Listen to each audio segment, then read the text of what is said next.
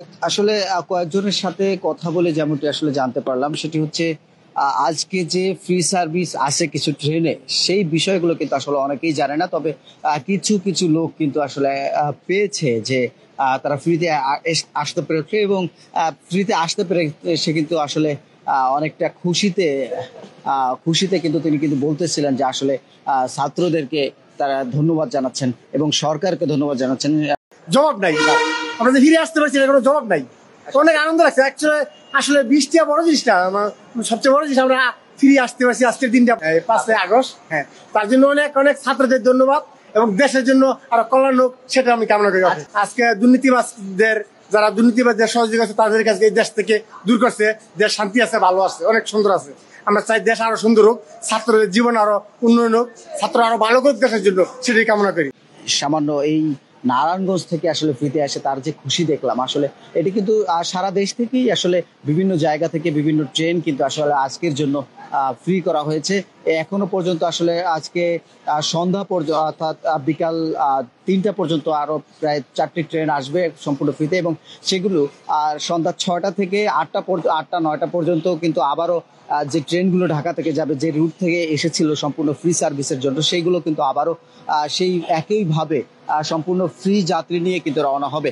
বিশেষ করে আজকের যে দিনটি রয়েছে, আজকে জুলাই আন্দোলনে যারা শহীদ হয়েছেন এবং যারা আহত রয়েছেন অর্থাৎ তাদেরকে জুলাই যোদ্ধা হিসাবে যে আজকের যে জুলাই সনদ স্বীকৃতি করবেন ডক্টর ইউনূস, সেটি উপলক্ষে কিন্তু আজকে একটি বড় আয়োজন করা হয়েছে মানিক মিয়া এভিনিউতে এবং সেখানে তার পাশেই কিন্তু আসলে ডক্টর ইউনূস প্রধান উপদেষ্টা তিনি কিন্তু আজকের যে ঘোষণাপত্র সেটি কিন্তু পাঠ করবেন এবং সেটি শোনার জন্য কিন্তু আসলে সেটি শোনার জন্য তারা বলছেন যে প্রায় লক্ষাধিক লোক কিন্তু সেই মানিক মিয়া এভিনিউতে যাবেন এবং সেখানে তারা আসলে এই ঘোষণাপত্র শোনার অপেক্ষায় থাকবেন এবং ঘোষণাপত্র শোনার আগ পর্যন্ত সকাল 11টা থেকে মানিক মিয়া এভিনিউতে আজকে বিভিন্ন কর্মসূচি দিয়ে শুরু করবেন এবং সেখানে বিভিন্ন রাজনৈতিক বিভিন্ন ছাত্র সংগঠন এবং বিভিন্ন শিল্পী গোষ্ঠীরা কিন্তু উপস্থিত থাকবেন।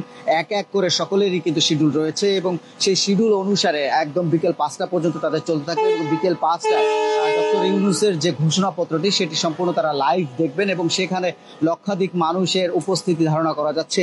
সেই উপলক্ষেই কিন্তু আজকের এই ট্রেন সার্ভিস, বিশেষ করে আজকে ট্রেন সার্ভিস প্রায় 5টা থেকে 7টা ট্রেন আজকে সম্পূর্ণভাবে ফ্রি করে দেওয়া হয়েছে এবং সেটি আসা এবং যাওয়া উভয় ক্ষেত্রেই কিন্তু তাদেরকে এই ফ্রি সার্ভিস ট্রেনটি দেওয়া হয়েছে। যাইতো ভাড়াতে আইতো ভাড়াতে আমি টিকিট নিয়ে যাই, টিকিট নিয়ে আসি। আজকের জন্য তো আসলে ফ্রি করা হয়েছে, এটা কি আপনি জানেন কিনা? আমি জানি না এটা, না আমি জানতাম না, না জেনে আমি টিকিট নিয়েছি, আবার টিকিট নিয়ে যাব। যদি ফ্রি করে থাকে তো ফ্রি যাব। ফ্রিতে আসছেন নাকি টিকিট কেটে আসছেন? ফ্রিতে আসছি, সবাই আসছে, আমিও আসছি, সবার সাথে সাথে আসছি। আজকের কি দিন এটা কি জানেন নাকি? এই দিন সম্পর্কে কিছু জানেন কিনা? 5 আগস্ট। কত টাকা ভাড়া দিয়ে আসলেন? ভাড়া লাগেনি, ফ্রি আছে।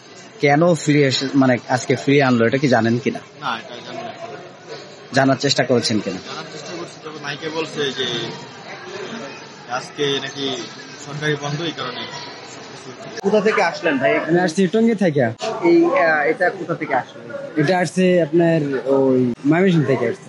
এই ট্রেন কি টিকিট কেটে আসছেন? জি, টিকিট কেটে আসছে। আজকে কি জানেন কয়েকটি ট্রেন আসলে ফ্রি করে দেওয়া হয়েছে? জি না, সেটা জানি না। আজকে বেশ কয়েকটি ট্রেন ফ্রি করে দেওয়া হয়েছে। যে সেই বিষয়ে আমি বলতে পারবো না, ঠিক আছে? আমি টিকিট কাটতে আসছি কমিটার থেকে।